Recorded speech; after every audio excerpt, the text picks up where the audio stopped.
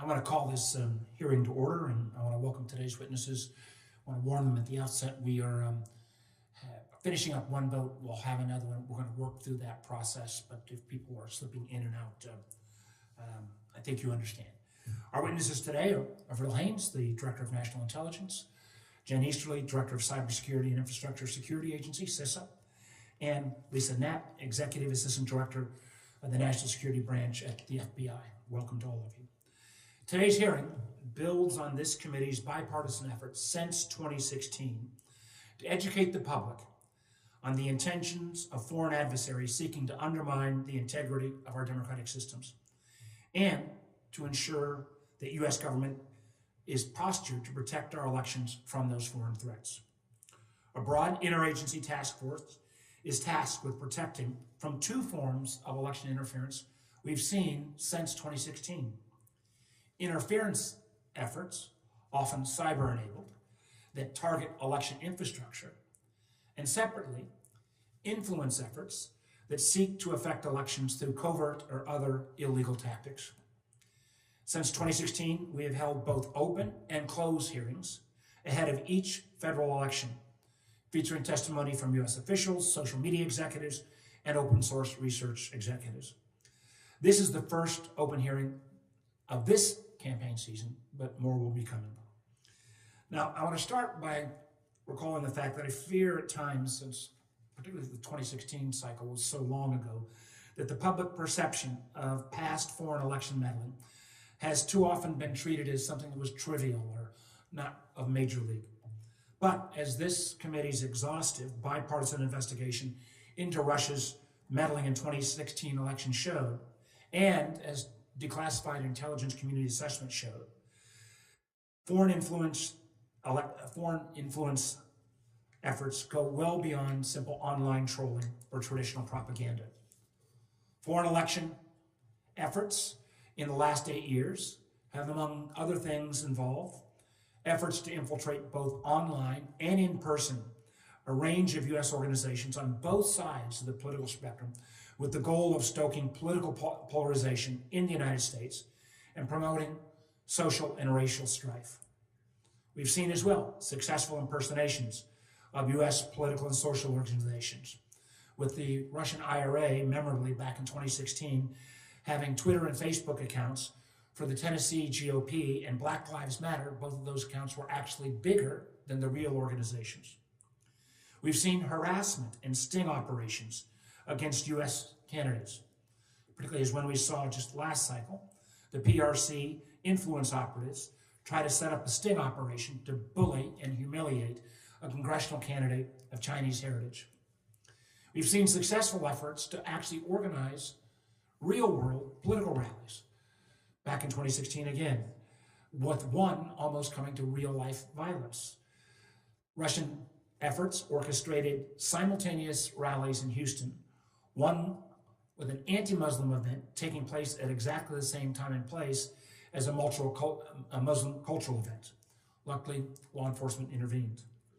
We have also seen personalized emails sent in 2020 by Iranian influence actors posing as Proud Boys, which the Trump administration leadership did a good job of pointing out.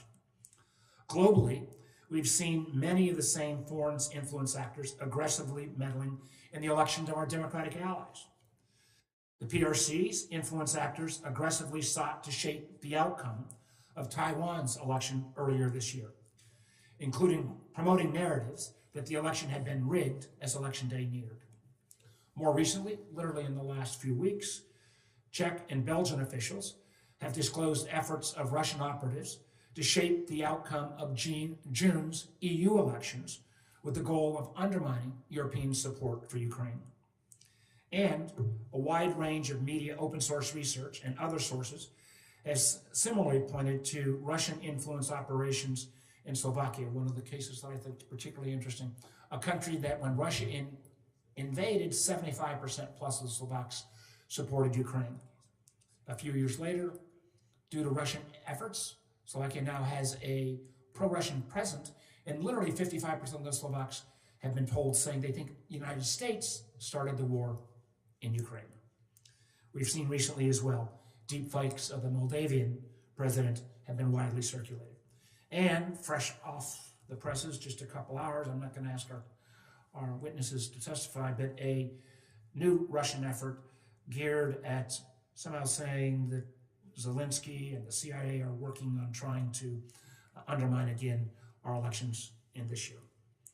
The barriers to entry for foreign malign influence have unfortunately become incredibly small.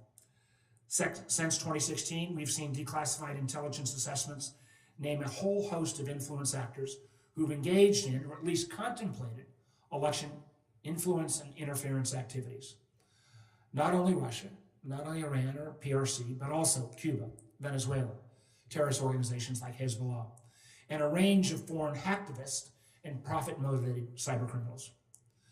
One of the things, and why I think this hearing is so important, in many ways our adversaries could be more sophisticated and aggressive in both scale and scope in this election even than in prior years. Let me tell you why I think that's the case. First, our adversaries are more incentivized than ever to intervene in our elections because they can understand that it could affect their particular national interest. In the case of Russia, Putin clearly understands that influencing public opinion and shaping elections in the United States is a cheap way to erode American and Western support for Ukraine. Similarly, we've seen the conflict between Israel and Hamas has been fertile ground for disinformation since October 7th. Second, the scale and sophistication of these sorts of attacks against our elections can now be accelerated by AI tools. The truth is, the kind of audio and video manipulation that even as recently as 4 years ago and clearly 8 years ago was still a challenge, now can happen at a speed and scale due to AI tools that's unprecedented. And literally there's not a week or month that goes by that those AI video and audio tools don't continue to improve. And I just, on a personal note, I fear that Congress's inability to pass any new guardrails in the last 18 months for AI-enabled mischief really could pose a huge problem. We've already seen fake video of President Trump embracing Dr. Fauci. We've seen audios of President Biden telling people to use a different voting day in New Hampshire. The truth is, these tools are out there and growing in their danger. Third, we've seen, unfortunately, increasingly large numbers of Americans of all political stripes across the political spectrum who simply don't trust U.S. institutions, from federal agencies and law enforcement to mainstream media, who increasingly rely on the wildest conspiracy theories imaginable that pop up on the web. And fourth, since 2022, we've seen a concerted litigation campaign that has sought to undermine the federal government's ability to share on any kind of voluntary basis vital threat information with social media platforms. And unfortunately, since 2022, we've seen from some of those same social media platforms considerable disinvestment and, in certain cases, utter disinterest in platform integrity by some of those social media companies. And an area where the Vice Chairman and I have worked very closely together, we've seen the rise of a dominant social media platform, TikTok, with ownership based in a country that is clearly adversarial in terms of their intents on our elections.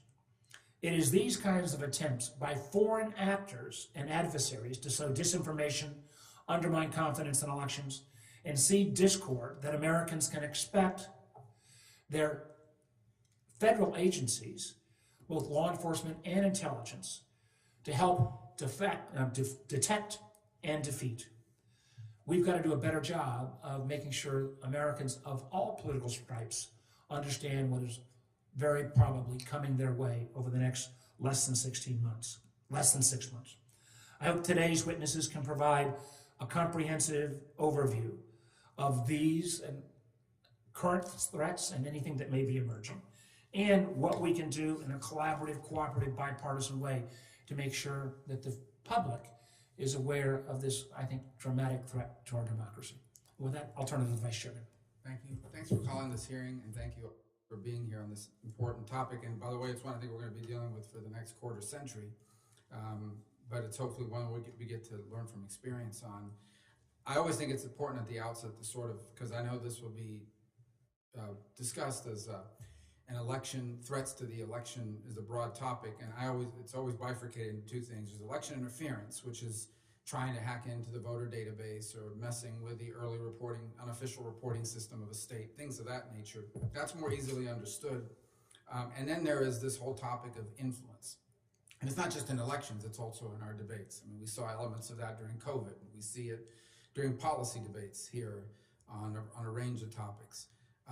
The propaganda has always been a weapon of war. I think today you can do it at scale, faster, more convincing, and in ways that spread very quickly and are difficult to contain. And in particular, and we've seen this globally. I mean, we've seen increasing amount of damage that's being done to the reputation of the United States in parts of Africa by a very active effort to undermine, make life very difficult for our diplomats who serve in that region, our military personnel in some of these countries where the Russians have moved in and gained greater influence. So all of that is happening at a global scale, and the chairman's already talked about some of the countries that have faced efforts to meddle in their elections and try to influence and steer the outcome, and in some cases successfully.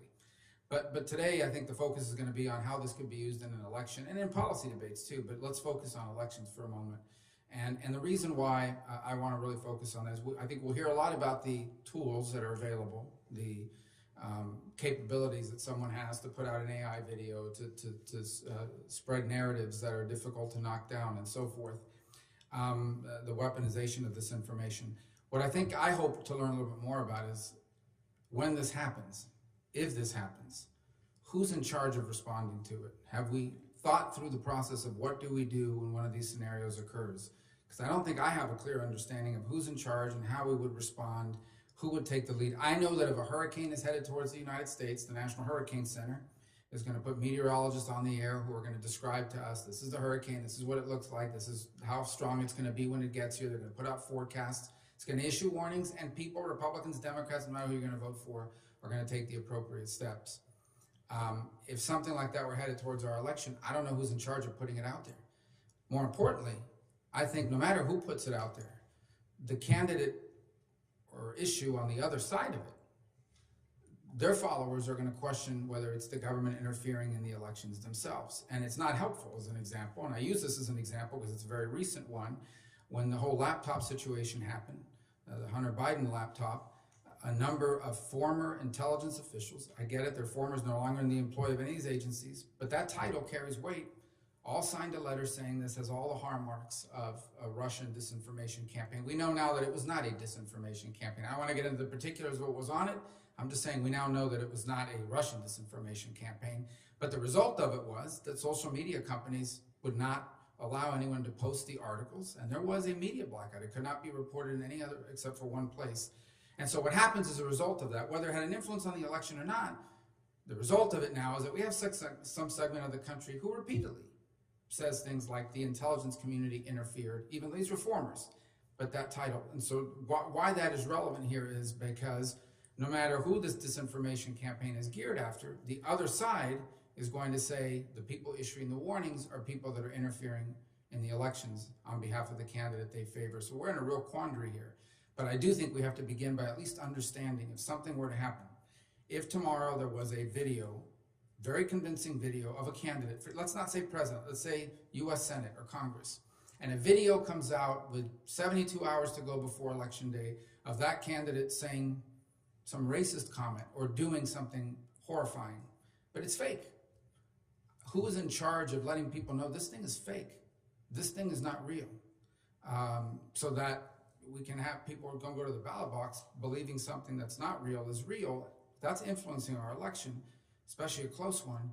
And I ask myself, whoever's in charge of it, what are we doing to protect the credibility of the entity that is, whoever it is in charge of saying it, so that the other side does not come out and say our own government is interfering in the election.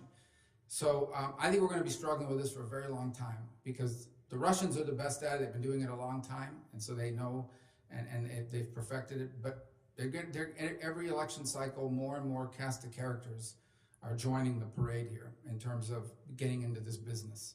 And I think in the years to come, we're going to see more and more nation states and maybe non-state actors begin to not just come after us in our elections and our political process, but those of other countries as well. So this issue is not going away anytime soon. I think it's only going to accelerate. It's going to get worse. And we really need to begin to lay out some parameters about how we're going to respond to these things in a coordinated way that we know ahead of time, as opposed to the ad hoc basis in which this has been handled in years past in terms of responding to the disinformation piece of it. It's a tough one to handle, but it's one that I think we have to get a handle on. I agree. I'm not sure. I think Director Haines, you're going to lead us off. Sounds good. Thank you very much, Chairman Warner, Ranking Member Rubio, and members of the committee. I really appreciate having the opportunity to brief you on the intelligence community election security work alongside my colleagues at CISA and FBI, who are leading efforts to take actions to secure our elections alongside the extraordinary state and local officials who are on the front lines of this work. The U.S. government's efforts to protect our elections have improved significantly since the 2016 presidential election, and even as the threat landscape is becoming increasingly complicated, it is my view that the U.S. government has never been better prepared to address the challenge. Protecting our democratic processes from foreign influence or interference is an absolute priority for the intelligence community. Our efforts are effectively organized by the Foreign Malign Influence Center, or FMIC, which houses the Election Threats Executive.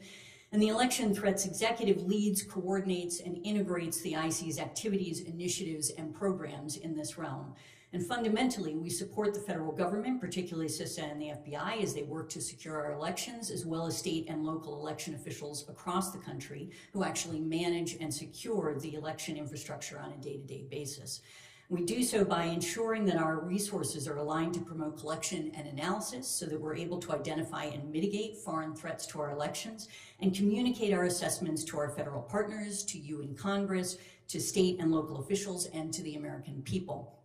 We also facilitate a notification framework that ensures that when relevant intelligence is collected concerning a foreign influence operation aimed at our election, appropriate notice is given to those who are being targeted so that they can take action. And while most of these notifications are non-public, there are, as you both indicated, scenarios in which public notifications are appropriate, and if doing so would render the foreign influence operation less effective, and that is part of that mandate. Of course, exposing a foreign actor's efforts is only one way in which we counter election threats. We support the law enforcement community as they disrupt election influence operations through legal action, including the disruption of illicit financial networks. And we also support Cybercom as it conducts a range of cyber operations to ensure that foreign adversaries cannot use our digital infrastructure to attack our elections. Using every tool we have is critical as the challenge is expanding. Over the last several years, we've seen really three trends that make the threat landscape more diverse and more complex. First, there are an increasing number of foreign actors, including non-state entities, who are looking to engage in election influence activities. Second, there are more commercial firms through which state actors are able to conduct election influence activities, often increasing the sophistication of such activities while making it more challenging to track down the original instigator of the foreign influence efforts. And then third, perhaps most obviously, relevant emerging technologies, particularly generative AI and big data analytics, are increasing the threat by enabling the proliferation of influence actors who can conduct targeted campaigns, reducing the number of relatively sophisticated influence operations and content, and further complicating attribution. For example, innovations in AI have enabled foreign influence actors to produce seemingly authentic and tailored messaging more efficiently at greater scale and with content adapted for different languages and cultures. In fact, we've already seen generative AI being used in the context of foreign elections. In September 2023, 2 days before the parliamentary elections in Slovakia, which Chairman, you noted, a fake audio recording was released online in which one candidate discussed how to rig the upcoming election with journalists. The audio was quickly shown to be fake, with signs of AI manipulation, but under Slovakia law, there is a moratorium on campaigning and media commentary about the election for 48 hours before polls open. And since the deepfake was released in that window, news and government organizations struggled to expose the manipulation. And the victim of the deepfake ended up losing in a very close election. To position the IC to address generative AI-enabled foreign influence efforts, we have an IC group focused on multimedia authentication that leverages DARPA's semantic forensics technology, among other tools, and enables those in the IC who are working on election security to rapidly access media forensic experts to facilitate the authentication of foreign suspect media related to the US election. Members of this group regularly engage technical experts inside and outside of the government to ensure we are applying the latest techniques. And if state and local officials have concerns, for example, about media that is suspected to be synthetic or manipulated and violates a law or is tied to a foreign actor, they can request authentication assistance through the FBI. And of course, the most significant foreign actors who engage in foreign influence activity directed at the United States in relation to our elections are Russia, are the People's Republic of China, or PRC, and Iran. Specifically, Russia remains the most active foreign threat to our elections. The Russian government's goals in such influence operations tend to include eroding trust in US democratic institutions, exacerbating socio-political divisions in the United States, and degrading Western support to Ukraine. Russia relies on a vast multimedia influence apparatus, which consists of its intelligence services, cyber actors, state media, proxies, and social media trolls.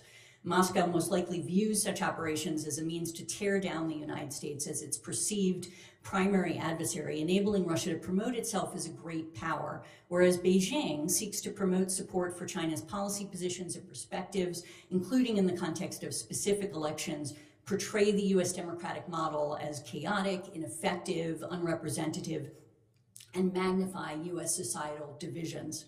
And the PRC also has a sophisticated influence apparatus through which they leverage emerging technologies, including generative AI, and they are growing increasingly confident in their ability to influence elections globally, but remain concerned about the possible blowback in the event their efforts are disclosed.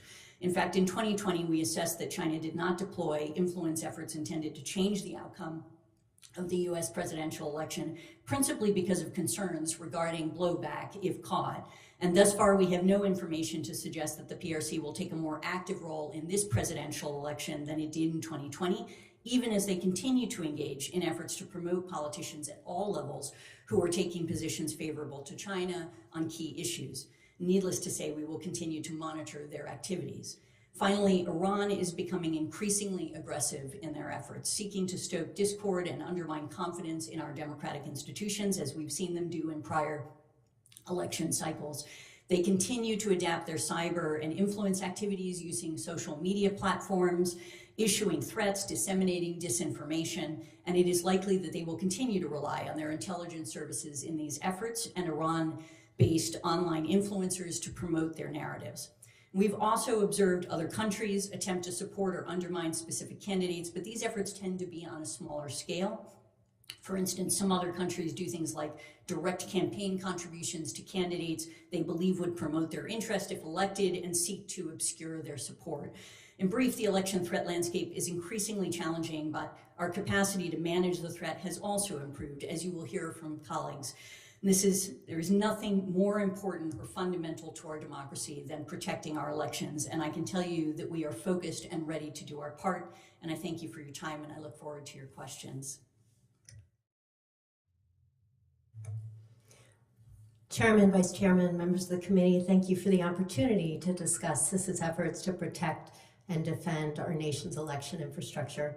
Since 2017, when election infrastructure was designated as critical and CISA was designated as the Sector Risk Management Agency, CISA and our partners, including the intelligence community and the Federal Bureau of Investigation, have made significant progress increasing the security and resilience of the nation's election infrastructure, working to support state and local election officials who serve on the front lines of our democracy, administering, managing, and securing our elections.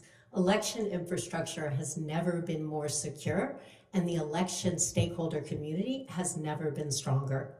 As a result, these election officials ran secure elections in 2018 and 2020 and in 2022. As you know, there is no evidence that malicious actors changed, deleted, or altered votes or had any material impact on the outcome of any of these elections. This, of course, has been validated time and again, including in multiple court challenges, and in any race that was close in 2020, there were paper records that could be counted and recounted and audited to ensure accuracy. In this job, I've had the privilege to spend time with chief election officials across the nation of both parties, and I know how tirelessly they work to ensure that their citizens' votes are counted as cast. It's why I have confidence in the integrity of our elections and why the American people should as well. However, we cannot be complacent. While election infrastructure is more secure than ever, as you just heard, the threat environment is more complex than ever. We have seen, as the DNI noted, that foreign adversaries remain a persistent threat to our election infrastructure, aiming to undermine American confidence in election integrity and our democratic institutions and to sow partisan discord. These are efforts which will be exacerbated by generative AI capabilities. Perhaps more concerning are the continued physical threats to election officials, which largely stem from unfounded claims that the results of the 2020 election did not represent the will of the American people. Such claims are corrosive to the sacred foundations of our democracy, and they have led to harassment and threats of violence against election officials of both parties and their families. As a result, we've seen a wave of resignations, with election officials taking operational experience and institutional knowledge with them, and some of those who remain are operating under difficult conditions. We at CISA are very proud to stand shoulder to shoulder with these election officials, these election heroes who are on the front lines of our democracy. In fact, this is providing more services in more jurisdictions than ever before, with training and resources featured on our Protect 2024 website. Since the beginning of 2023, we've provided over 340 cybersecurity assessments, 520 physical security assessments, 70 tabletop exercises, 220 training sessions that reach 9,000 election stakeholders every week. We provide reports to nearly 1,000 election entities with highlighting vulnerabilities so they can be immediately remediated. We've provided and sponsored 230 security clearances for election officials and worked with the intelligence community to provide classified briefings on foreign adversary threats. And most recently, we've hired 10 dedicated regional election security advisors who bring a combined 210 years of election expertise and experience to work on the front lines with election officials. Finally, we remain laser focused on the threat of foreign malign influence operations, providing guidance as recent as last month on the tactics of disinformation used by our foreign adversaries. We'll continue to use our Rumor versus Reality website to provide accurate information about election infrastructure security, and perhaps most importantly, we will amplify the voices of state and local election officials who are the true authoritative subject matter experts when it comes to elections.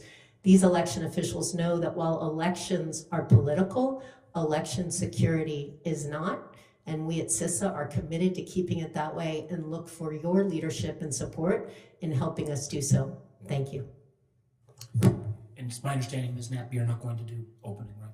Let me, first of all, thank the witnesses for their testimony and particularly acknowledge what Jen Easterly just said is, our election officials are our election heroes, and many of them who serve diligently opening and closing polls for decades on end. The fact that they are under a level of harassment at this point really is one of the most serious efforts, I think, to undermine our democracy. Some of that may be domestically generated, but some of that can also be enhanced by foreign interest. Let me direct my first question to Director Haines. Again, I think there has been some rewriting post-2016 that somehow some of the activities in Russia, or even in 2020 with Iran, it was kind of harmless trolling. Can you speak to the fact that literally the level of violence that was incited in cases, or exacerbating racial strife, religious strife, these adversaries, these foreign adversaries, are trying to pit us against each other at unprecedented levels, literally leading to violence. Yeah, absolutely. I mean, I think you did a very nice job in the opening of highlighting a number of such incidents. I will say that just starting with Iran, it is, as I noted in the opening statement, increasingly aggressive in their efforts, seeking to stoke this kind of discord and promote chaos and undermine confidence in the integrity of the process. And they use social media platforms really to issue threats, to disseminate disinformation. And we saw how they did that in 2020. And that's one of the incidents that you identified, where they attempted to incite violence and threaten voters by sending spoofed emails designed to intimidate the voters, to incite social unrest, and distributing content basically including a video that implied that individuals could cast fraudulent ballots even from overseas, all entirely false, called out by my predecessor, Director Ratcliffe at the time, in 2020, and others in the intelligence community and law enforcement community. So I think that is a very good example. We've also seen Russia engage in these types of tactics, particularly in their global efforts to influence elections, trying to effectively incite disorder in order to distract sometimes law enforcement from being able to manage an election or do other things in that respect as well. I'll leave it at that. And I would just say, I recall that incident, and again, it was a little bit of Senator Rubio's question about, who announces that there was a real show of force at that moment when we had the ODNI, we had the FBI director, we had the head of CISA. I believe, I'm not sure whether General Nakasone should, but it was, because our fear is, who makes that message in a politicized environment? It needs to be people who are going to be viewed as much as possible credibly by both sides. And I think, again, in that case, the Trump administration did the right thing. Lots and lots of talk about AI. There's not a week that goes by that we don't see a new enhancement in terms of either video or audio deepfake capabilities. I don't think, even though we passed some bipartisan legislation out of the Rules Committee today that will get to national legislation on deepfakes, I would point out there's about a dozen plus states that have taken this on their own, and they range from red states to blue states and everything in between. So, and those of us who have been pushing the tech companies to do more, there were 20 tech companies that came together in what was called the Munich Accord, and this includes all of the big, it's the Facebooks, it's the Googles, it is also Twitter, TikTok, Anthropic, OpenAI, promising that they would have a commonality of watermarking so you can indicate if something has been altered. This is AI in elections. A commitment to try to take that content down and to educate voters. This was not just geared at America. Half the world is going to elections this year. Right now, India's got an election. The Europeans will have their parliamentary election shortly in June. I worry, that after that much publicized announcement in February, to use the old political term, where's the beef? I don't see that common watermarking standard emerging. I don't see these 20 tech companies moving in the aggressive nature that I would hope. I'd like to hear briefly from each of the witnesses on how you think the state of the collaboration between tech companies on making sure AI is not misused. Yeah, thanks for the question, Chairman. I saw the letter that you sent out to those companies yesterday, which I think will be very helpful in getting specific answers. I will say we've been working with the generative AI companies specifically about threats to elections and ensuring that they are putting procedures and technology in place. Many of them are part of what's called CCPA, the Coalition for Content Provenance and Authentication. In addition, one of the very useful things that they're doing is if there are any questions about elections, they're actually driving people who use that technology to sources like canivote.org or Trusted Info 2024, which is the National Association of Secretaries of State, information that provides verified information at the state and local level. So it's really a validation that they are pushing people to those trusted sources. All that said, what we are doing are providing guidance to state and local election officials on AI threats and ways that they can mitigate such threats to their election infrastructure. We put out something in January and again in April about foreign line influence. Yeah, and I'll just add to that by saying that absolutely support everything that Jen just indicated. In addition, I think we're seeing both the opportunity for them to continue to provide detection tools, building relationships with some of the state and local partners, and that's been a part of what I think is important to continue to encourage. I think we're still in the process of watching them build out essentially their capacity and efforts in this area, and so things like your statement I think are helpful to sort of channel that energy and to begin to push forward on it. I think another thing that we're obviously doing is we've been engaging with them in order to make sure that we understand the technologies they're bringing to bear to make sure that we're producing basically the state-of-the-art identification authentication services within the IC, and also for state and local partners if they so request appropriately, as I indicated, through the FBI. And we're also promoting the adoption of DARPA's suite of technologies, frankly, in this area that really allows users to detect, to characterize falsified media assets, to defend in particular against large-scale automated disinformation attacks to public authorities and to third parties. So I think all of that is sort of mutually reinforcing in this area. Ms. Knapp? Thank you, sir, for the opportunity to respond. Obviously, AI is definitely a concern to us as well. Whenever we get any sort of intelligence, we do provide it to the social media companies for action. Sorry, can you hear me now? When we do get any sort of intel indicating the hand of a foreign adversary, that information is provided to social media companies, whether it is as simple as an internet protocol address, an email address, or a phone number for them to take what action deemed necessary. Right. And I understand the talk about protecting the infrastructure. It's very important, but I want to focus on it. And I'm going to largely base the scenario I'm about to outline. I'm going to base it on a CNN February 9th exclusive about a tabletop exercise. And it basically describes the following tabletop exercise. China creates a fake AI video showing a Senate candidate destroying ballots, and they're able to identify that it's AI, that it's fake. So we have the ability to do that, and I think that's what you've described. The DNI's office is able to do through that. Through DARPA, I guess the effort, the semantic forensics technology and all that. Okay, so we know it's fake. What the article says, and what I want to know, maybe the article's wrong and you can correct me, is after that, in this tabletop exercise, no one knew what happened next. There was, they struggled on what the response should be. There was a struggle, who would notify the public? According to this article, no, and the number 2 at the FBI, number 2 at CIA, number 2 at DHS was part of this tabletop. Nobody raised their hand and says that we will do it. We want to be the ones in charge of notifying the public.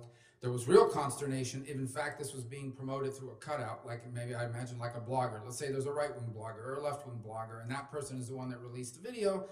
Now there was certain fear that if we go out and say that this video is fake and this person is spreading it, people are going to say the government itself is interfering in our elections.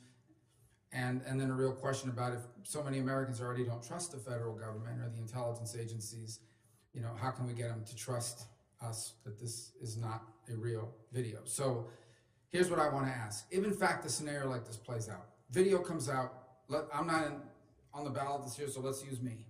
Video comes out and it's me in an audio recording, fake, saying, yeah, I'm going to rig the election and I'm going to steal a bunch of ballots. It's fake. You know it's fake. What happens at that point? Because I'm now a week before the election, 6 days before the election. Does someone notify me? Am I able to say that? Is someone going to come out and say, this is not real, he really didn't say that? What happens? Because this article says it would be turned over to state and local officials. I don't know what a state and local official is supposed to do. They're going to turn around and say, yes, the DNI's office or the FBI or somebody told us this was fake. I don't understand what the process that would happen at that point is. Do we have a process that would kick in a situation like that one that I just described? Yeah, absolutely. So first of all, I wasn't at the tabletop exercise, so I don't know what happened in that particular scenario, but I understand that's not actually an accurate representation of what the discussion was. I would say that in terms of what would happen, yes, there would be a statement. So I think the model that I pointed to in 2020 is an appropriate model if there is basically a video or some fake, some deep fake or disinformation that's being promoted. It could be that we find out about it through intelligence. It could be otherwise identified, and it would go through, if it's intelligence, through the notification framework. The notification framework is an interagency group that basically indicates, okay, we think this is something that deserves a public apologize. statement. I don't mean to interrupt you. Yeah. I just wanted to ask you this Please. for clarification. So the video is clearly fake. Yeah. You'll be able to, you may not be able to attribute it to a Right, foreign entity, exactly. but you'll at least be able to say this is not real and we're working to see where it came from. Maybe it was designed by some guy in a basement, but maybe it was designed by a nation state. Yeah. But at a minimum, we have to be able to say this thing is not real, and it could be the work of a foreign adversary. Who, I say we, but who would be? Would you be the one that would stand up? Is it the DNI? Is it the FBI? Who would be the person that would stand before the American people and say, we're not interfering in the election, we just want you to know that video is not real? Who would be in charge of that? Yeah, so I could be the person that goes out and makes that determination. And I'll just give you an example. Frankly, one of the ones that the chairman just mentioned from this morning, there's an article today about the fact that there is a fake video that was basically promoted, we think, by Storm 1516. It's a Russian affiliated group, basically. And that video purports to show a whistleblower and a Ukrainian former employee of a made-up CIA-supported troll farm tasked with interfering in the upcoming presidential election. CIA immediately came out with a statement that basically indicates and is reflected in the article that this is fake. And I am here to say categorically that this claim is patently false, that there is no such thing. It is disinformation, and that is the kind of approach that we'll continue to take across the board. Okay, but is that established that you would be, you say you could be the one that, I mean, who is, I guess my point is that really, I don't want there to be any gray area. Like, someone needs to be in charge of interfacing with the American people and ultimately saying, we will be responsible for notifying the American people. Yes. Has that been established? The only hesitation that you hear from me is based on the fact that there may be certain circumstances in which, for example, a state or local official or other basically public authority is in a better position to make the public statement initially and for the rest of us to come back behind. So it's just a question going through the process and determining what exactly is the issue that's being raised, what's the fake information that's being put forward, who is going to be the best, essentially, official to immediately come out And who makes that disclaim decision it. about who the best That's person is? through, for example, the notification framework. I think it's a very valid question, and I'll remind colleagues in open hearings we go straight seniority. Senator Wyden. Thank you, Mr. Chairman, and it's good to have all three of you here. And I'd like to start by saying I've long believed that you have to follow the money to understand election interference in America. And today I want to start with influence buying, because I think one very effective way for a foreign adversary to interfere in an election is to compromise a candidate. And the best way you do that is with money. Now, last year, Donald Trump argued to a court that the value of his assets could not be inflated because he could always find a Saudi buyer who would pay any price that he would suggest. The judge was just taken aback, and he wrote in his opinion that the statement of the former president suggested, quote, influence buying. So the question I'd like to ask you, Director Haines, is let's set aside Donald Trump, okay, for purposes of this question. Is a foreign country's influence buying of a candidate, in your view, a counterintelligence concern and a form of interference? Absolutely, and it's a tactic that we've seen, for example, the Chinese engage in quite regularly. Good. Then let's go to data purchases, something you and I have talked about, because one way for a foreign adversary to tailor their influence is through the purchase of large amounts of Americans' private data. The executive order that President Biden signed on February 28th and the data export bill included in the recent foreign military and supplemental, those were welcome steps, and I think you know I've indicated that. But unlike the bipartisan bill I have with Vice Chairman Rubio, they only apply to a handful of countries, which in my view means they just don't really get the job done. So the question here, Director Haines, is couldn't the countries covered by the executive order in the recently enacted data export legislation, like China and Russia? Couldn't they just get the data from countries that aren't covered, either by taking advantage of weak privacy laws or setting up front companies? I think it's sort of fact specific, and it's hard for me to make a very broad generalization, but there's no question that both Russia and China, for example, look to obtain critical information, including, for example, polling data that ultimately allows them to determine the targets of their influence campaigns, including with respect to funding illicitly. So would you work with the Vice Chairman, Senator Rubio, and I to clean up these loopholes and pass effective legislation? Because it just seems to me we can say there's progress, no question about that, but you're just going to have a lot of the people who are engaging in these corrupt activities just make their way to countries that aren't covered. Then they're going to look at weak privacy laws, they're going to look at front companies, and bam, we're off to the races again with more corruption of the election process. So I think we need to have the bill that the Vice Chair and I put in to really close that loophole, and I gather I ought to quit while I'm ahead because you said you'll work with us. Absolutely. I'd work with you on really any legislation you have to offer, so Very please. good. Thank you. So with respect to this election worker issue question for you, Ms. Knapp, we got a lot of interest in this strong statement that Director Wray put out. Wanted to make sure we protect election workers from threats of violence. This is something I hear from all of our county officials in my state. This is a obvious and ongoing threat to democracy.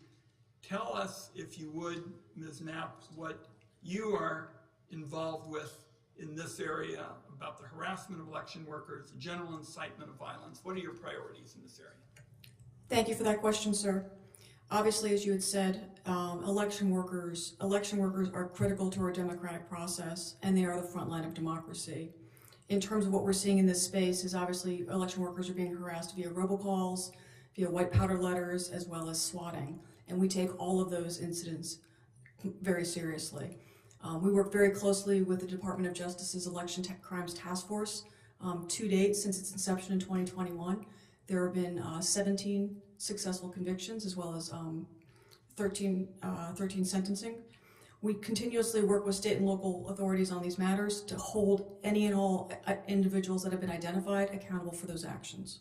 My time is up. I'm going to ask you a question for the record, Ms. Knapp, about this gentleman, Alexander Smirnoff, and he was recently charged with lying to the Bureau, as you know, when he passed on disinformation about the Biden family. I'll ask you for the record. My time's up. Thank you, Mr. Chairman. Senator Risch. Thank you, Mr. Chairman. I understand. I apologize. We were in a Foreign Relations Committee meeting, but I apologize. I think Senator Rubio made reference to the letter which he and I sent to you, Director Haines, regarding the 51 former intelligence community people who signed the letter regarding Hunter Biden. Does that ring a bell with you at all? Yes, sir. I don't remember every detail of it, but I certainly remember the letter. I'm going to help you out here. Good deal. Thank you, sir. No, it isn't a good deal, but I'm going to help you out here. We asked 6 questions, and only one of those 6 questions was answered. So I'm going to ask you here publicly. And by the way, let me tell you how this fits in. I'm as concerned with this sort of thing as I am with foreign interference on the election process. And this was deplorable. These 51 people saying this was Russian activity when we all know now that it wasn't. I mean, these were 51 people that had very significant influence in American society, and they sent this letter saying that this was Russian influence. So let me ask some questions here. One of the questions we asked is how many of those 51 people currently hold security clearance? And that was as of May 31st of 2023. So let me ask it now. How many of those 51 people still hold a security clearance? I believe we provided you with an answer on that. I don't recall I thought we did. All right, if we did not, we will get that to you Okay. shortly. We have that information. All right, so how many of the Appendix A individuals maintain business arrangements, contracts, or other consulting arrangements with any element of the U.S. intelligence community between October 1, 2020 and October 31st, October of 2020? That question was not answered. Yes, sir. That question we're still trying to get an answer to. You're still trying to get an answer to it? Yes, sir. But this is security clearance as of October of 2020. Surely you got a list of these people, whether or not they had security clearance. We have a list of the people that had security clearances. As I said, that's an answer that I thought we had provided. We will provide that to you. On the contracts, that's a much more complicated question, and that's something that we're looking to give you.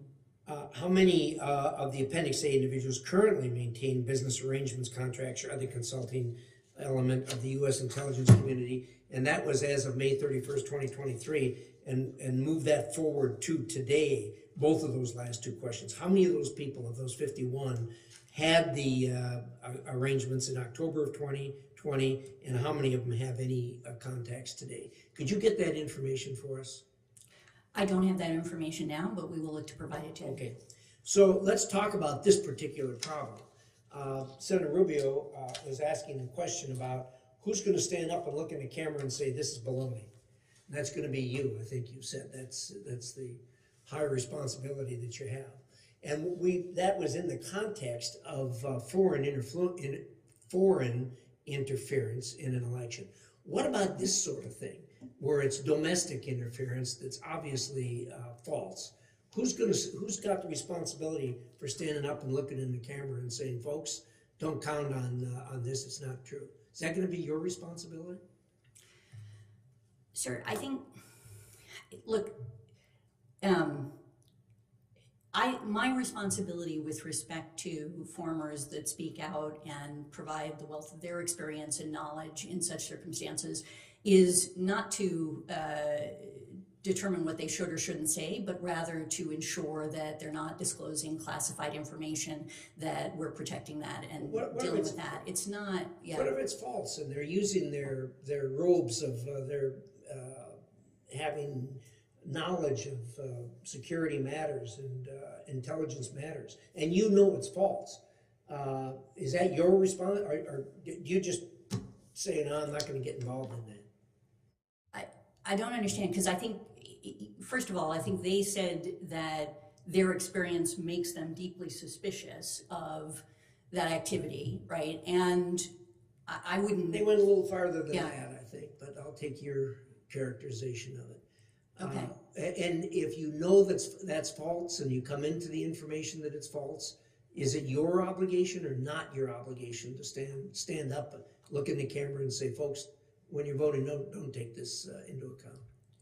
Sarah, I don't think I could even, frankly, make sure that I've read everything that a former might have said or that anybody else has on these issues. So no, I don't think that it's appropriate for me to be determining what is truth and what is false in such circumstances. And but what if you know? Yeah. I mean, you're sitting here. You're the center of intelligence in America, right there, and this has come out, and you know it's false. What's your obligation, or do you have any? I think my obligation is to ensure that the best intelligence is being provided to the president, to the federal government, to the Congress, and where possible to the American people through declassifications, which we would do. Not calling out someone who stands up and purports to have intelligence information that you know is false. Sarah, if I were to, first of all, I'm not sure I'm the best arbiter of what is true and false. And secondly... Let's say in a particular instance, you've seen the paper. You know it's false. Let's take that instance. What do you do? I mean, it depends on the situation. If we're talking about a fake video that's been put forward... Somebody with intelligence credentials stands up and says, I know this from an intelligence standpoint, and you know, as the director of national intelligence, that it's false. No, I do not. What do you do? I do not consider that to be part of my responsibility. If there is disinformation that is put forward, false information, right, then we have the capacity to authenticate it or to identify it as false. We will do so basically to our customers, and there will be a process whereby determinations are made, and it may not be, it may be to the public, but it might be classified information, it might be anything else, I don't know. under the circumstances. It's too much of a making hypothetical. progress, so I'm going to give it back to you. Well, I just, again, we ought to continue to pursue this. I mean, my sense that would probably be the responsibility of the FBI if there was proven. I'm not sure we want the Director of National Intelligence commenting about a domestic statement made by an American. But I understand your point. I mean, I think that... Well, that's the purpose of this hearing, is to find out how American voters are going to be kept But although informed, what's true and what's false. it is, although the purpose, our purview at least, is focused on that foreign influence. But I understand your point. Senator Kemp. Well, following up on this point, it seems to me the tension here is, I don't want the U.S. government to be the truth police. If you start talking about what's true and what's not true in political advertising, you know, you could have 1,000 people doing that full time, 24 hours a day. That's not the job of the U.S. government. It strikes me that the role you can play, however, is disclosure of sources. That if you know through your intelligence sources and your attribution that a particular piece of information, true or not, is coming from a foreign source, that's the role where it's important for you to notify the public so they know the source, not whether it's true or not, because I just think that's an impossible determination. But at least people should know the source. In a main town meeting, when somebody stands up to talk, you assess not only what they say, but who they are, and you're not allowed to wear a bag over your head at a main town meeting. And so that's where I think you have an important role to play. And the thing that bothers me and worries me, you use the word notification framework. I've seen that. It's a bureaucratic nightmare. A notification that comes in February after a November election ain't any good. And what I want to urge is disclosure of sources when you're aware of it immediately. Immediately. Mark Twain said it, you know, it takes good news, bad news gets around the world before good news gets its shoes tied. So I hope that you can go back and look at this process and not make it bureaucratic, but if you have evidence that this is coming from a foreign source, let the public know so they can assess that. Is that something you can take back? Yeah, absolutely. And that is something that we do, is try to attribute where information is coming from, essentially, and working through the methodologies on that. And I realize notification framework may sound quite bureaucratic, but it really is a living thing. And for example, they have worked through a process where they can expedite their decision-making process through within 48 hours. They can looking at That should be even the making standard. that 48 smaller hours should be the across outside. the board. Yeah, it's not much longer than that. Because in terms having of the this standard. information that it's foreign sourced within the U.S. government doesn't do us any good if the election is 5 days away and you don't get that information Yeah, out to the absolutely. public. Agreed. Because what's going on here is our adversaries are using our strength against us. It's a kind of geopolitical jujitsu. The strength of our society is its openness, the First Amendment, freedom of expression. They're using that in order to manipulate our most fundamental sacred right, which is the right of an election.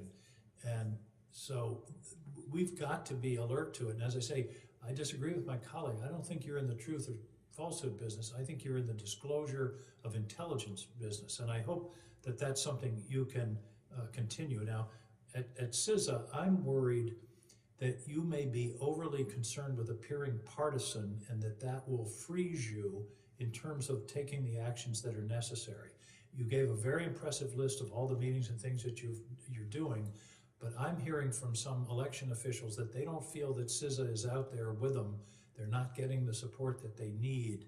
So I hope that you're being very forward-leaning about the work that the protection you can provide to state and local election officials.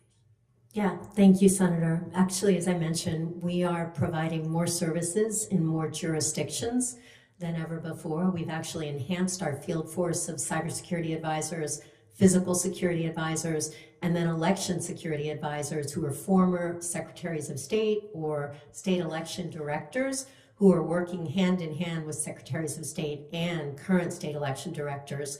And I am in touch with chief election officials across the country, to include Secretary of State Bellows, and others to ensure that they are getting everything that they need to run safe and secure elections. And that's not been affected in any of a partisan way. Please ramp it up. We've got about 6 months, and this is we know that these adversaries are going to be coming at us.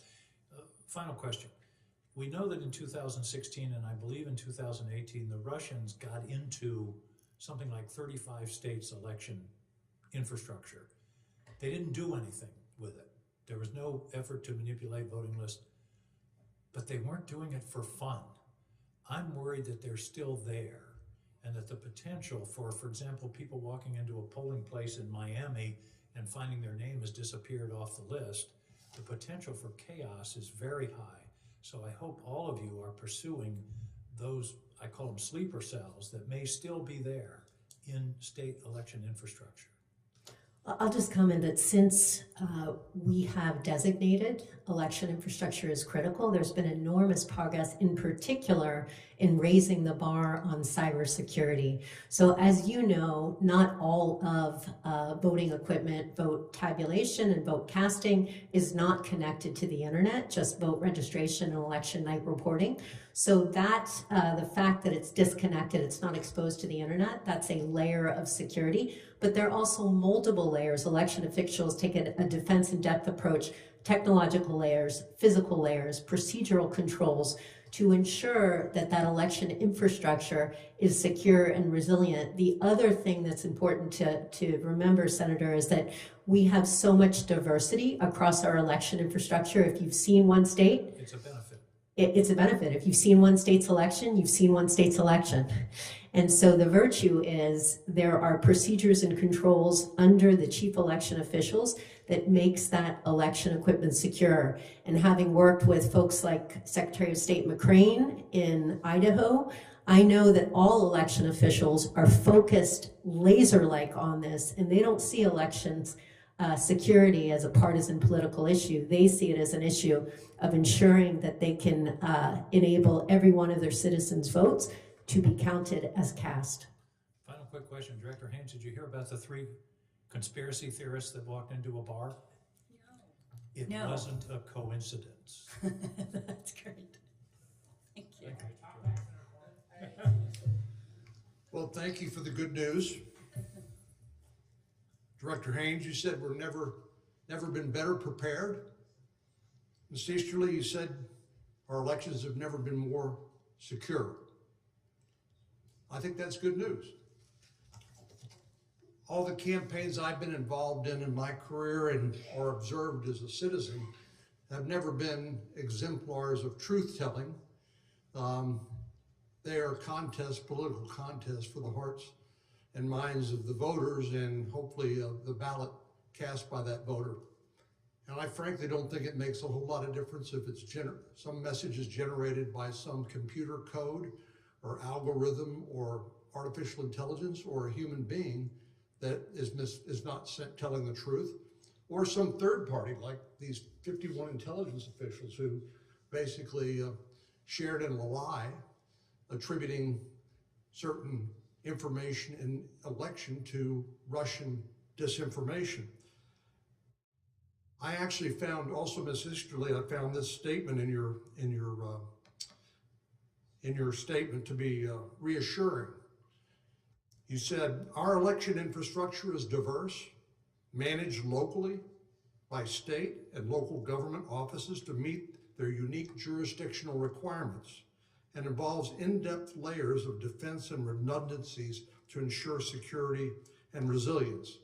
It is because of these measures and the incredible efforts of election workers across the country that the American people can have confidence in the security of our elections process. Again, more good news.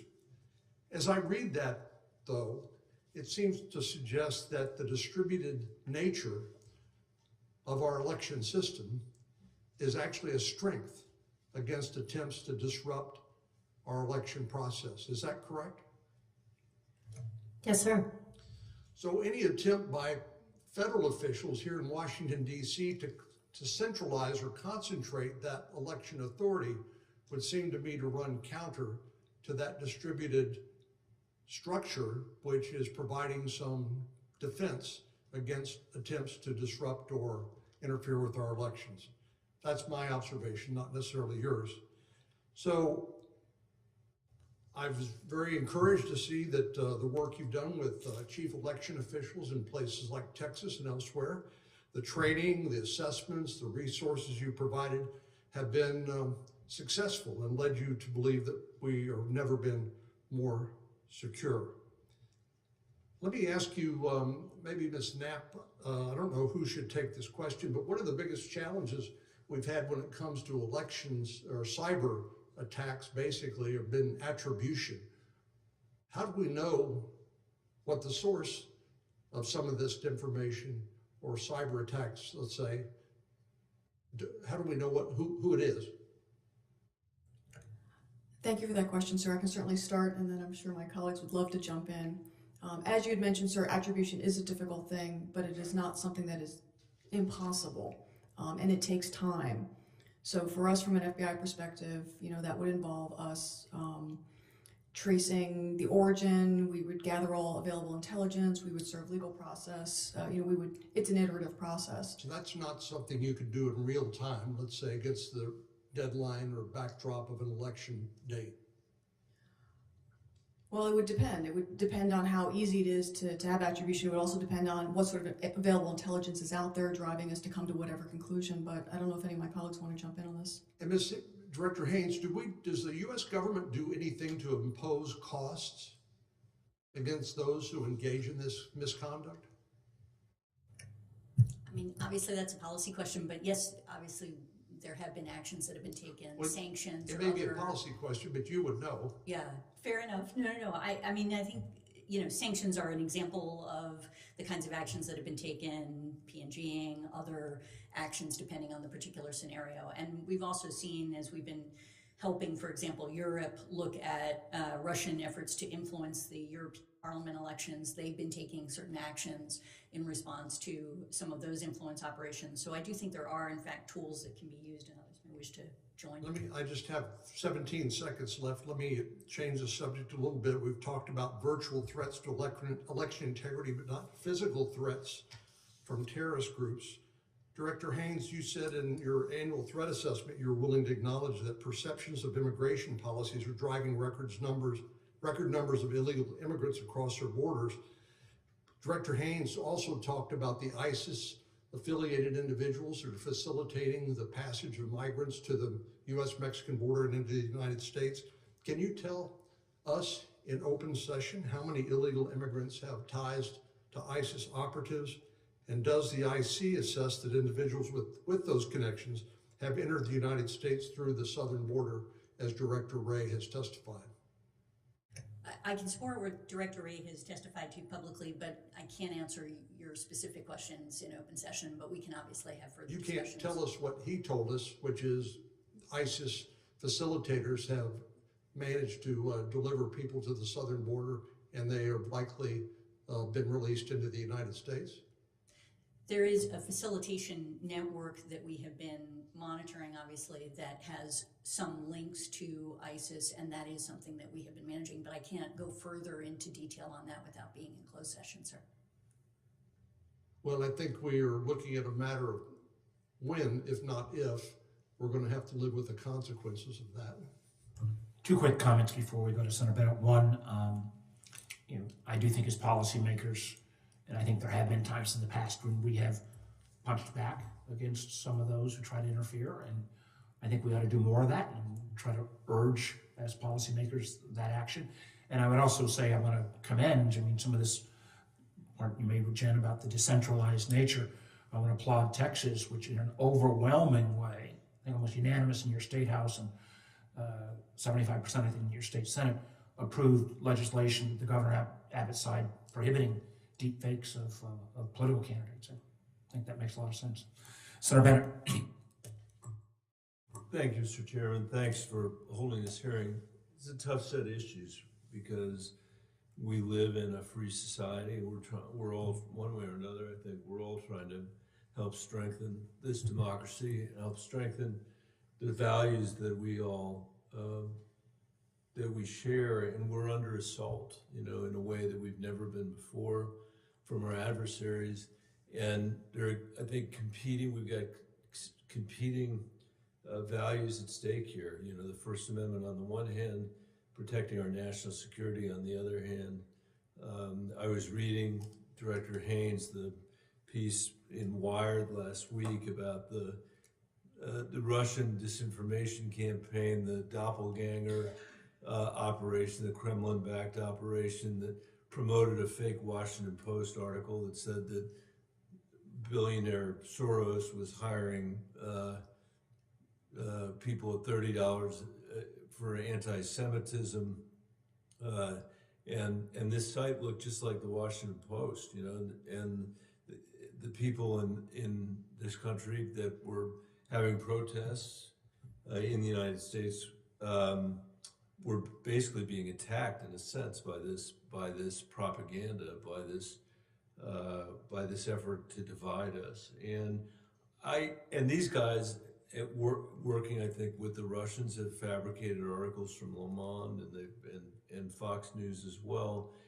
And I just wonder if you could talk a little bit about the speed, and that's not an election issue, that's a democracy issue. This is a debate that's going on in the streets of this country and the streets of free countries all over the world that our totalitarian adversaries are using to try to incite division, to incite discord, to take the temperature up based on information that isn't true. And somehow we have to find a way as a free society to respond to that. And it seems to me that the first part of that is to help notify people in real time when this kind of thing is happening, when the country as a whole is subject to this sort of intentional misinformation that we're seeing, frankly, throughout Europe, I mean, we've seen it in the most devastating way in Myanmar, where there was people were killed as a result of the content that was being purposely disseminated over social media platforms there. And I think we would be naive to think that that level of political violence couldn't also occur here as well. So I guess the first question I would ask is, what are we going to do about it? Well, I do think that one aspect of what you do about it is basically expose what the tactics are and what we're seeing, and then address specific issues as they come up, or just as you've been saying. And we have been looking and increasingly working with partners and allies, frankly, around the world to do exactly that, because it is better to do it in numbers, in effect, and to really get the message out in ways that people find increasingly credible in targeting that disinformation. There's also going after, and this is part of, I think, what you were describing, there's going after the sort of the platforms that get used in this context. So, you know, Russia has been pretty extraordinary in terms of the platform that they've built for their work. They essentially have a state-run propaganda machine, right, that is comprised of domestic media apparatus, outlets targeting global audiences such as RT and Sputnik, and a network of kind of quasi-government trolls that are used. And over the years, the apparatus has grown. It's, you know, broadening the array of influence actors, the tactics that they use for covert and deniable operations. And they're trying, as you indicated, to shape U.S. political discourse, European political discourse, to reduce support for Ukraine, other things. And part of what we're seeing is their capacity to use some of the platforms that they've chosen are getting harder as we're getting better at disclosing how those platforms are being used and how countries are taking action to pull broadcasting licenses, other things along those lines, in order to actually make it more challenging. They obviously look for other opportunities and can get around these things, but that is among some of the, you know, sort of opportunities for battling it, I think, for others. Yeah. I might just add something to your question insofar as it relates directly to elections.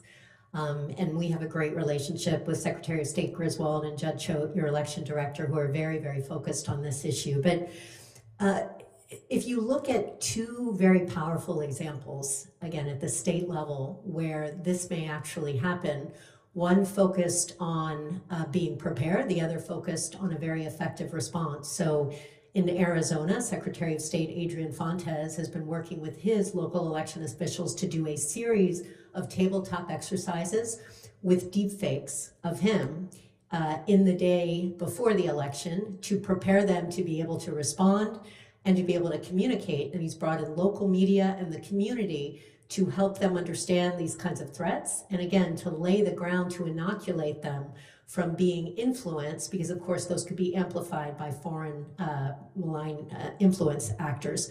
The other very good example, I think, was the robocall that happened in New Hampshire 2 days before the primary election. When that happened, the Attorney General, John Formella, came out with a very clear statement saying that it is likely criminal behavior, saying that it's being investigated and that it should be ignored as an example of repression of the vote. And then the Secretary of State, Dave Scanlon, came out. He amplified that on a whole bunch of media platforms to get that message out to all of the constituents, and then said at the end of the day, the turnout was actually higher than he expected. So election officials, who are the ones running and securing these elections, are out there ensuring that they can prepare, and I think we have good examples of how they're actually able to react to it, sir. I know. Thank you very much, and thank you both for your testimony. I know I'm out of time, Mr. Chairman, but if I could just finish with one thought. Those are two great examples in Arizona and New Hampshire where local elected officials who have sworn an oath to the Constitution are fulfilling that oath. Director Haines had good examples of what we're doing trying to do with foreign actors that are associated with the Kremlin. That's good too. Mr. Chairman, we still have the problem of our own platforms, these platforms in the United States of America, who have not taken the kind of responsibility they need to be able to deal with these challenges as well, who have not kept on the people that they in theory hired to do the content moderation work that they were going to do, who have not been willing to think about slowing down the degree to which information is shared across the planet Earth that goes through their network. So I just think we've got a responsibility of our own here in terms of oversight to make sure we're going to have that kind of hearing with the social media combination to the ever patient and 7-minute time, Senator Langford. I'll take that. Thank you. Thanks, y'all, for your testimony. You were just speaking to Senator Bennett about Russia and some of the influence that they have targeted and the ways that they're doing it. Can we switch sides and actually talk about China? What is China doing currently to try to influence the United States public opinion? Yeah, if it's all right with you, sir, I'll mention what they're doing here, but also what they're doing abroad, because we're seeing it on a broad range of things. I think they're growing, we assess, really increasingly confident in their ability to influence elections, but remain concerned about the possibility of blowback should they be discovered. And the PRC has made improvements to its influence operation tools using artificial intelligence, big data analytics. Their tactics globally include bankrolling candidates they prefer, using deepfake technologies to generate content, collecting polling data to determine targets for them, conducting social media influence operations. For example, the PLA will take over and operate social media accounts on a number of different platforms. We look to disclose that and tell companies about that when it happens to promote disinformation across the board. And they also target their diasporas, and we've seen them obviously seek to influence elections not only in the United States in the context of congressional candidates. Generally, this has been one of the things in different levels and spaces, but also elections in Taiwan, in Australia, and in Canada, so a pretty significant portion. How do we expose that? How do we put the word out, attributions to challengers we've already talked about already? Once it starts to get out there on social media and other places, how is that exposed most effectively if it's discovered on the federal side? Start, but I think my colleagues may wish to amplify certain aspects of this. I mean, we obviously put in our annual threat assessment some of the things that we're seeing the PRC engage in terms of influence operations, including in these spaces. And when we get intelligence that indicates that the PRC is, for example, taking on social media accounts or things like that in a platform, we then pass that information through the FBI is able to provide that to the companies to take action if they... A general statement, if they're going to do it, is different than an example to say, here's an example of a post that we know was created by or was amplified by China, Russia, Iran, North Korea, whatever it may be. 2016 and 2017, we're able to pull exact examples and to be able to list them, post them, and say, this was Russian created. Here's where it started, here's where it came from, and to be able to expose it. How do we do that now as we're approaching this election and foreign actors are trying to influence? We will do just that. So essentially the same playbook in that sense that we are identifying specific credible intelligence, we are passing that to the companies or exposing it publicly as the case may determine. Okay, let me keep going because I'll be limited in time, though I have mercifully 7 minutes to be able to walk through this, but I'll still run out of time on this. Since we passed the Help America's Vote Act, HAVA, as it's all called at this point, there's been perpetual funding that's been sent out to multiple states to be able to improve their systems. It's been interesting. I pulled new numbers because every state says we can't improve our election systems. We don't have enough money on it. So we pulled the recent spending and what people have and what they haven't spent already. Colorado, my colleague Senator Bennett just left, has received $15 million, has only spent 27% of that money. Hawaii has received $8 million, has spent 26% of it. Louisiana has received $14.5 million and has spent 0 of that so far. Maryland, $17 million, has spent 37%. Minnesota, $16 million, has spent 41%. Not to leave my own state out, Oklahoma has received $11 million. We've spent 23% of that. Now, other states have spent more on it, but this money has been sitting there for years. This is not money that was allocated in 3 months ago. Quite a bit of this funding was allocated to them years ago, and they have not actually spent it. So my question is, Ms. Easterly, on this, how do we encourage states to be able to up their game on a couple of areas? One is learning the lesson of the unofficial results in their own websites and how to be able to protect those systems. That's an obvious area of creating distrust on election night if those are actually interfered with. The second one is old school paper ballot backups. So if there's a problem with the machine, everybody can verify it with a piece of paper. When we have states that have literally millions of dollars sitting there saying we don't have enough to be able to do this, when most of them do, how do we advance this? Yeah, thanks for the question, Senator. So I can't speak to those statistics, and I'm happy to follow up on that, but I will say what we provide as the Sector Risk Management Agency are no-cost services and no-cost training. So many of the states, in fact, thousands of jurisdictions take advantage of the cybersecurity assessments, the free cyber hygiene scanning we provide, the endpoint detection and response that we have, the malicious domain blocking. So all of that is in place across the country. So I know they're taking advantage of that, and that has significantly raised the bar from a cybersecurity perspective. I think your points about election night reporting are very good ones. One of the things that I think it's really important for everyone to remember is that those are all unofficial results, right? And they need to be canvassed, and they need to be certified, which takes days to weeks. Right, but if it's announced on election night who won, and then a week later the state announces, oops, no, a different person won, that sows incredible distrust. I agree. Where now no one trusts the election results anymore. And while the election results were unofficial, if those are interfered with, that's a real vulnerability to building trust among the American people. I agree with that, sir. As I said in my opening statement, these systems are more secure than ever before. And election officials, to include Paul Zirex, who's your state election director, are terrific, are working incredibly hard to make sure that every one of their citizens' votes are counted as cast. And I think it's really important that we focus on them because they're the true election experts, and we listen to their voices and what they say. And so I would hope that anybody who is providing unofficial results would make sure that that state election director gets a voice in that to say it's not canvassed, it's not certified yet, so let's wait until it's certified. Okay, thank you. Mr. Chairman, I'm just going to ask a follow-up question on this and then have it done. Ms. Knapp, as far as the FBI and U.S. Attorney's offices following up on a criminal offense of voting, if you're not legally present in the country and you're voting in a federal election, that is a federal crime.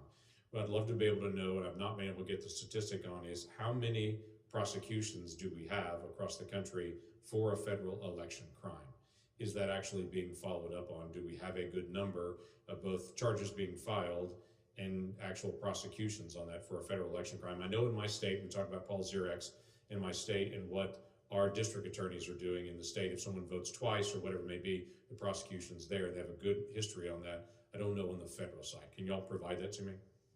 Sir, thank you very much for that question. What I do have in front of me right now is how many cases have been charged through the Department of Justice Task Force on Election Security. What I don't have is that second part, but I can at least give you a general number right now. So right now the task force has charged 17 cases with a resulting 13 convictions. But with respect to your subset question, I'm happy to take that back to my team and get you a more complete answer. Great, thank you. I think those HAVA numbers are pretty remarkable. I'm glad you shared those. Some states have spent 70–80% of them. Quite a few of our states have spent 50% or less on the HAVA numbers, and these are the most recent from just a couple of months ago. That's a very fair question. I do think, and on your question about how many federal violations, I thought there was something in that range. I thought after the 2000 election, I thought there was a canvas of that had a relatively small number, but I think that might have been both state and federal. Let me move to a slightly that is related to this. As I think, we're talking about AI being all the buzz at this point, but I think the nefarious nature of some of our adversaries of using a series of technology platforms, the independent entities, Mandiant and Graphica, both companies that the committee's very familiar with and that we've used, have reported that there are some of these gig employment companies, Freelancer and Fiverr are two that I think their reports indicated, where foreign governments are actually hiring unwittingly citizens in those countries, targeted countries, and then in effect paying them to be influence operators.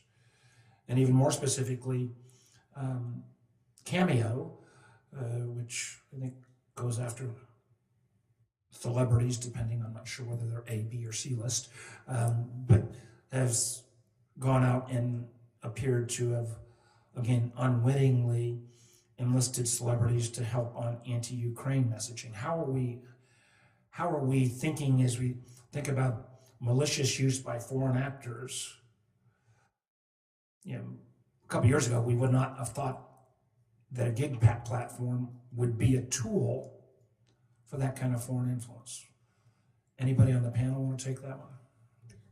Or do you want it? Okay, all right, I'll start and we'll play in. But I think, first of all, you're absolutely right. I think one of the key trends that I identified were the use of commercial firms, and some of them are witting and some of them are unwitting in this space. And it's marketing firms, it's public relations firms, it's reputation management firms, it's gig firms, it's across the board, and they're increasingly being relied on to sort of launder covertly directed narratives through media sources and social media platforms. And this complicates, obviously, attribution, and this is something that we're trying to get better at in a faster way. But part of the reason that they're doing this, right, is because these firms tend to be more nimble than their own intelligence services and government apparatus, basically, for taking action. They're also frequently more sophisticated in their capacity to actually promote influence campaigns. And so this is one of the things that we're watching. And in 2020, just to give you a sense of the scale of this, these types of firms, we judge, were involved in information manipulation in at least 48 countries by our count. So it is really becoming increasingly widespread, and it's one of the challenges that we're trying to manage it on. But is that, well, go ahead, Jen. I would only add, just last month, we actually worked with FBI and DNI to put out an advisory that very specifically highlights these tactics, to include using proxy media, laundering it through PR, whether witting or unwitting, how to recognize it, and then mitigations around how to actually deal with these types of things. And we're doing separate training on it as well. So So part of this is the awareness of it at the election official level, and then what they need to do to mitigate it. Separately, though, the platforms is an issue, obviously, that needs to be addressed directly. Sir, thank you for the opportunity. We are obviously, like my colleagues, absolutely concerned with any sort of technology that our adversary uses. What I can say in this setting is when we have specific information on a particular company, we will directly engage with them. However, in absence of that, partnering with key partners like CISA and putting out the general awareness piece that allows companies to be more aware and more informed so they can mitigate that and spot it within their own systems. Well, one of the things I would suggest, and that this committee, Senator Rubio, I think have done fairly effectively, was doing a series of classified briefs by industry sector around the challenges of the PRC. This is more specific, but I would hope that the FBI or DOJ might update their FARA, the foreign agent entities that makes all of this activity illegal, that guidance ought to be updated. And I would strongly encourage some level of convening of these kind of platforms. Again, where do you draw the line? But if we have in open source documentation from Graphica and Mandiant, the fact that these platforms are being used and citizens are being unwittingly used. Now, whether the platforms are unwitting or not is maybe an open question, but if they realize that if they were wittingly helping foreign agents interfere, that would be a violation of the law, I think that would be a helpful process. Thoughts on that? My main thought is one of the really great things since 2020 that's different now, Chairman, is we have the FMIC, which we didn't have before, which allows for those classified briefings, and I'll defer to Avril, but I think that is very much added value. I'll just say that I very much support the idea of getting the sector together and seeing whether or not we can enhance our capacity to get out to everybody essentially on these issues. So, absolutely. One thing, and I want to make sure. Do you want to go again, Marco? No. All right. One thing I am concerned about, because I appreciate all of these, the comments of the outreach that CISA has done, but how do we, in an appropriately nonpartisan way, I've heard some reports that there are not many, but a certain number of counties that are actually opting out of some of the voluntary tools that CISA has used in the past, like the Einstein system, where I thought for a long time we had literally a level of cyber protection down to the county levels, but for whatever reason, certain counties are now opting out of that. I heard in Washington State. Is that kind of a one-off, or I would just hate as we get closer to the election if the distrust of the federal government becomes such that people are literally turning away voluntary cyber and other educational protections. Yeah, but the good news, Chairman, is that that's not accurate. The trend is actually states and local jurisdictions continue to take advantage of the no-cost voluntary services with respect to the Albert sensors in particular. There's Albert and Einstein, it's easily confused. There's 1,083 sensors across the country. I think less than a handful, less than 5, have not renewed their contract, and that's for a variety of reasons, to include opting to use different technology for intrusion detection. So this is something we look at very closely, and I have no concerns. At the end of the day, as you know, Chairman, CISA is a nonpartisan, non-political agency, and we cannot be effective unless we can work with election officials at the state and local level of both parties. So I'm very attuned to that, and I have not seen any significant changes in our ability to provide no-cost services, information, and no-cost voluntary training to election jurisdictions across the nation. Well, I'm, again, turn to Senator Rubio for his closing comments, then I'll make one or two quick comments. I think the whole system was shocked by 2016. And again, I think a lot of good work by this committee to point out the level of Russian interference. And I still remember at first some of the tech companies refusing to believe it. I think we then took action in 2018. I think, and again, I have repeatedly said, I think under the Trump administration, we were very well prepared in 2020 because there was effective communication and a team that were working well together.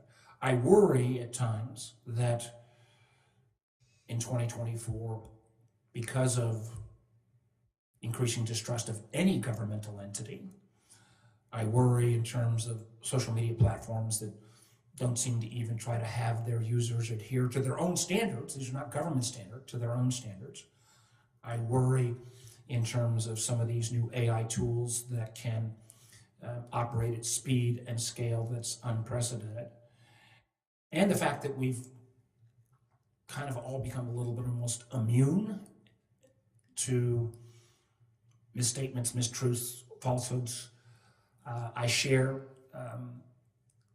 some of the concerns raised by a number of the members, Director Haines, that we do need a kind of pre-assigned process, especially if we're getting into those last 30 days or last week or so before the election of who would report. I think this effort today that made the press, it probably is appropriate that the CIA itself responded. But as we get into those final days and weeks, having an approach, and again, citing the 2020 example where, in effect, everyone across the board came out and called out the Iranians for their action. We need to not be game time thinking that through with all of the potential forces that are coming to bear potentially on this election. Senator Rubio? But just to wrap this all up, first of all, I haven't focused as much on the CISA role because to me the technical aspects, it's not that it's easier technically, protecting elections from people that are professional hackers that are constantly trying to get into everything from water systems to election systems to hospital systems. I mean, these people this is what they do all day. So I'm not in any way diminishing, but the importance and the difficulty of it, I am pointing out though that it's technical, right? It's a red state, a blue state, they're both going to be equally impacted. They both are fertile ground, especially when you get down at the congressional level and even the local elections. So the reason why I focus so much on election influence, and in particular foreign malign influence is because that's a lot trickier. And just the threats, I don't know where this comes from. I think it's the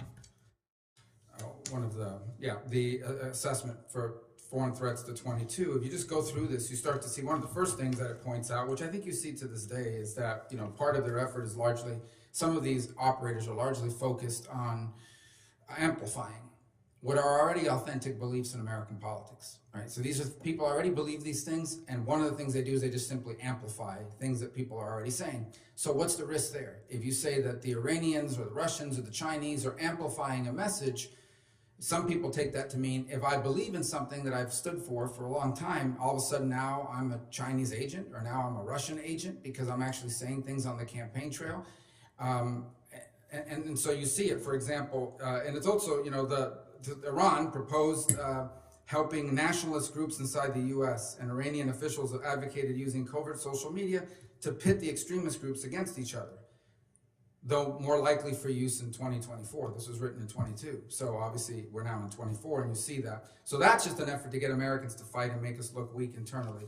Then the other thing is that in October of 22, Twitter exposed 3 separate Iranian-based influence networks operating on the platform, generally supporting left-leaning U.S. politicians, including a range of House and Senate candidates. And according to industry reports, many exposed accounts espoused pro-Palestinian sentiments at the same time they expressed positive sentiments towards progressive candidates. Now you flip to the Russians.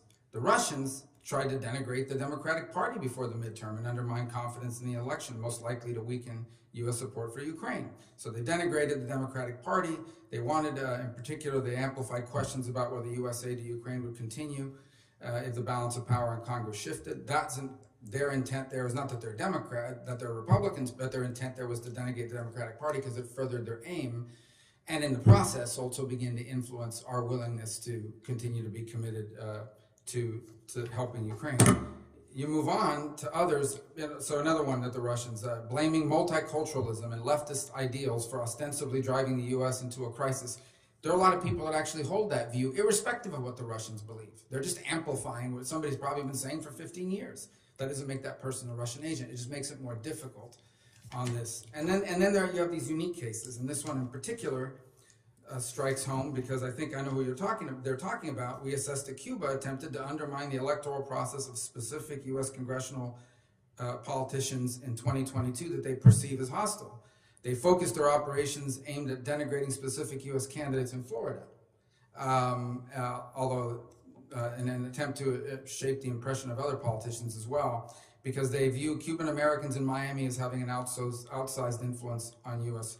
policy with regards to Cuba. So, and they also cultivated members of the U.S. media who held critical views of that member of Congress. So I probably know who they're talking about, but the point in it, you know, obviously it was in 22, so where I happen to be on the ballot, among others, but the point being is that that's a very specific aim. My whole point in all of this is, you have the example that I've used about the fake AI video, okay, and that's almost, I don't say it's an easy question, but that's a more obvious one. It's clearly a fake video, and I think what we want to know is, do we have a formalized process to act very quickly to say, this thing is fake, even if we can't attribute it. You don't need to attribute it to be able, in the last days of the campaign, to at least protect the American people. And it has to be done in a way where the other side, who maybe hopes it's real, doesn't feel like you're tipping the scales in favor of your preferred candidate, right? To be blunt, let's say a video comes out that's fake about Trump, and the DNI comes out and says, this video is, it's not a fake, or let me do the reverse. Somebody comes out, a video that comes out about Biden, and the DNI, yourself, or whoever's in charge of coming out with this says, this video is a fake. I can see where people on the Trump side would say, well, that's just because you're trying to help Biden. It's probably a real video. And the reverse would be true in a different scenario.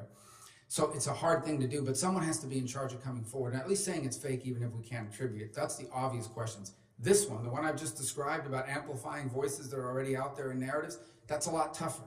I think the most we can say in that regard is, look, we know that these countries are doing this. They're not doing it because they're Democrats or Republican. It serves some purpose, influencing Cuba policy, influencing Ukraine policy, make America look chaotic, get groups to fight against each other. But this is what they're doing, and let people make judgments as to how they take these narratives. It's tough. I don't have an easy answer for how we fix it or what the process should look like in terms of notifying people. I just know that this is going to get far more complex. And I predict it won't just be about elections. It will actually become in real time, it already is, on policy debates that we're having here. Should we have tariffs? Should we ban TikTok? Should we, you name it, on a weekly basis, whatever the issue is here, I can see this becoming part of an influence even in our daily political debates. So we really need to get a handle on it. It's a tough one, but we really need to, because it's going to get far worse, far more sophisticated with many more players. And I think pose a grave danger at some point of turning into something that we haven't fully anticipated. So I hope we can continue to work on finding a way forward, because I'm sure they'll be talking about it at this dais after we're both gone. This will still be a factor. Thank you. I agree with Senator Rubio. I think these are challenging, but I think the only thing that I would hope we both agree on is that, yeah, Americans have got plenty of differences between you. But if that amplification can literally be traced back to the Cuban spy services, and it is appearing that millions of Floridians are saying something that they're not really saying, I think the Floridians ought to know that that is not the case, that we can trace it back to the Cuban services, or we can trace it back that these individuals who are posting things anti-Ukraine are actually being paid by Russia. If that proof is there, some of these things would violate why I think the upgrading of the FARA bill, there are restrictions against foreign agents taking these kind of actions. So it is a challenge. Technology is going to make it much, much harder. This will not be the last time that we deal with this. And please, for all of the folks who are in the road supporting you, and more importantly, back at your respective agencies, we're going to count on you. This truly is, we always say, politicians always say, particularly when they're up, this is the most important election ever. Even though neither one of us are up this time, this is the most important election ever. We're adjourned.